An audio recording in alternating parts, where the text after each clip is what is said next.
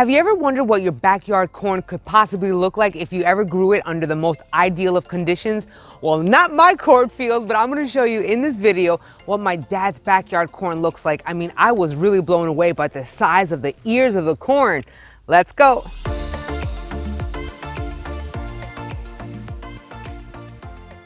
What's going on, my plant peoples? I am the ADHD gardener, where I use gardening, houseplants, and humor as a form of mental health therapy. And yeah, I got some issues. Duh, Jack, you always have issues. Of course you're gonna have some. Every good story starts with a what had happened was. See, what had happened was, I finally got the corn situation under control. I finally had the spacing. I finally had the water amount. But the one thing I did not have, which is the most important, was sun. Well, that same problem with the sun from the first video has followed me into the third one and gave me the most smallest of yield of corn. But not my dad. My dad has like literally 8 to 10 hours of pure sun. That man has no shade.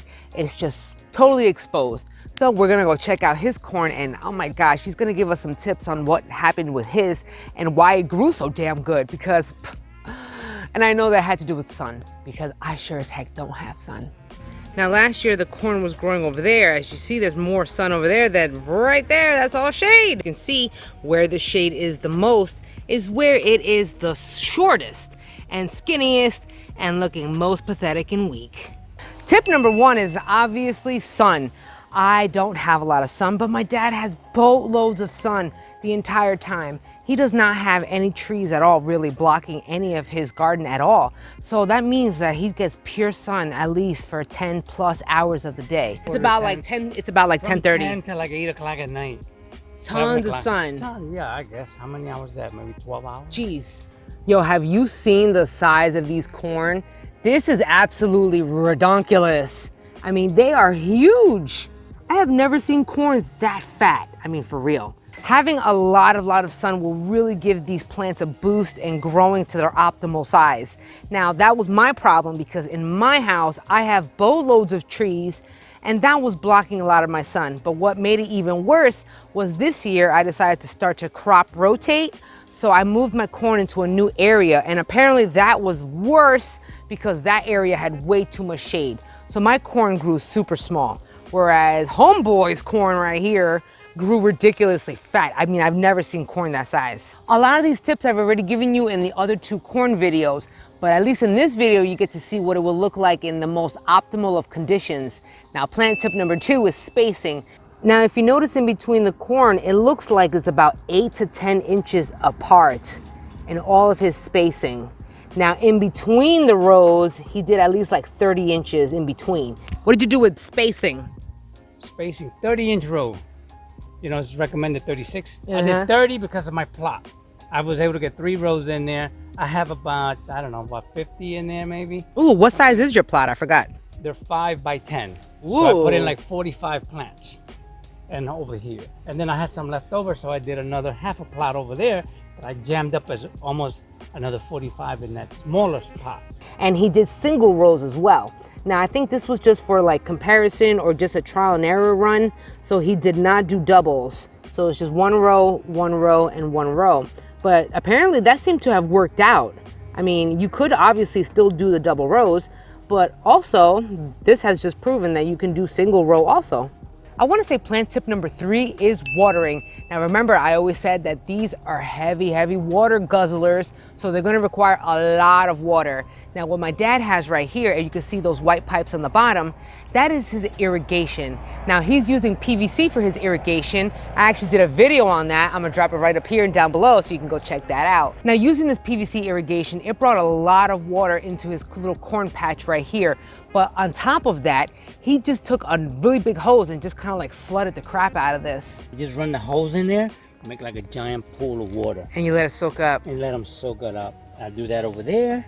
I do that here and here, because I don't want to directly hit them into the thing. I do a little bit like that, but I go shh. The corn, of course, instead of sticking with HAHAHA.com, the freaking southern corn. No, you went with I gotta go exotic, some Bolivian, no, Chilean corn, sweet, whatever, fat ear corn husk, And whatever. it wasn't sweet. Well, you want to go investigate now? Let's go rip another one apart. Ooh. Like this. Oh yeah, it is. If there was anyone ready, you think that It would would be be the one? that the silkies have to dry up completely. All brown. Ooh, you did it. Jeez, you did. Right there. It looks good. Well, no earworm. The silks, I don't know about that. I don't know what that means. That looks fresh. The silky. Look, for it filled in. It did. Son of a gun. Maybe we picked it too early the other day. Now, for every one silk, you get one corn kernel. Ooh. Man, that looks good. Hold up. The test, the real test. You gotta eat it. It picked up in taste. It did? Yeah, it tastes a little starchy, but then it's raw. I mean, sometimes with the sweet corn, I was able to eat it raw and it was all good. I did that last year. But Everything is huge. The kernels did fill in from last week. They did. That's fat. That's a really fat corn thingy. Yeah, chickens are not gonna get this. All right, hold up. I want to bite that. How's that? Oh, yeah. Starchy, right? Starchy. Instead of sweet. Mm-hmm. That's okay. We proved the point that we can actually grow some really good corn. He did grow corn, big ass corn. It just happened to be the wrong variety. This one was more of like a... Is that for soups, stews? They said soup, stews, and salsas, but it wasn't that sweet. We're gonna be leaving it for the chickens. Well, he is, I think. Yeah, right. Not all. Or he's gonna eat it. Like, I'm gonna continue to let it mature some more. oh, see what happens. See what happens. Or you know what you can also do too? Leave some of them in the husk and let it dry up altogether. For the chickens that are coming. For the chickens that come in. Wait, no. I noticed that you have a lot of bird netting over here in this one. At least one bed.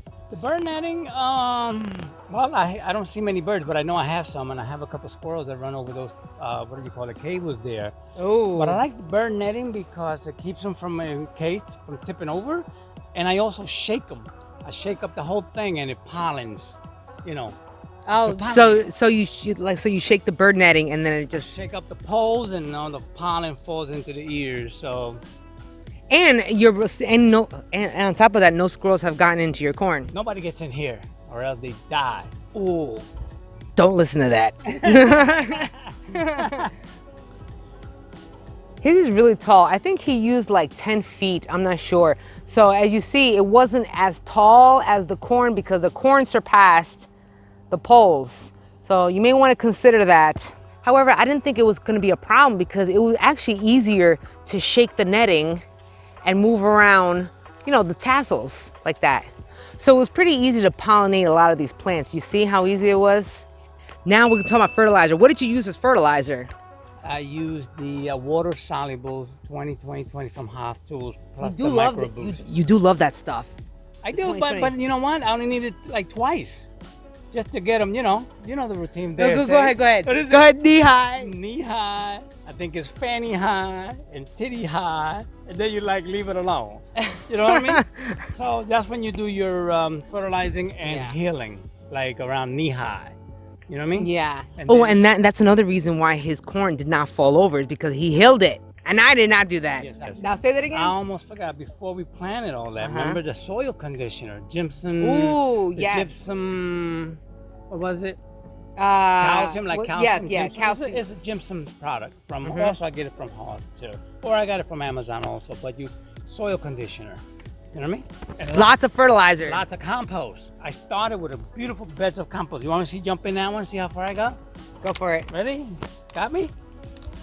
So that if you don't plant them deep enough, they'll fall over because this is so soft. And rain, I watered. How come you didn't have to weed so much? Weeding? What's up with that? There's no weeding here. How come you don't have any? I got like tons of weeds. Nah, weeding because when I dug out the beds, I took out the top layer of grass. Yeah. And then I went in about a foot deep and built that up with compost from the recycling center, leaves, rounded up leaves, you know, all that, and the compost that I had built up already. So you didn't really built that up, and then that was in the fall, and then I laid plastic and rugs that I got from my son-in-law's house. Oh, right. You had the rugs. I laid plastic first, clear plastic, that's all I had. Yeah. And then rugs, 5x10 pieces of rug laid right on there all winter. Damn. Just stewing, killing any germinating seeds. Also, you know. Damn it. All right. Yo, no lie, his corn worked out so freaking good. I'm a little low-key jelly right now. But then again, he has a lot better sun than I do. Way better sun. And that is the result of it. I just want to let y'all know that if your corn does not work out the way it's, you wanted it to, just like me for like the past 2 years in a row, then, we can't get discouraged. We will get it. It's a trial and error, man. So I just want to say, keep pushing forward, keep going.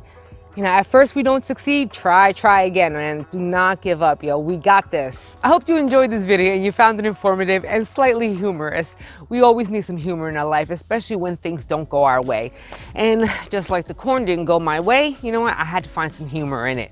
If you did enjoy this video and you want to show me some love, then don't forget to smash that like button. I really appreciate it. Also, if you haven't already, then consider subscribing. I drop a video basically twice a week, one long and one short. Also, you can find me on other social media platforms. I'm on Facebook and Instagram, theadhdgardener.com. And starting September, I will be on Patreon, so just come and chill with me there.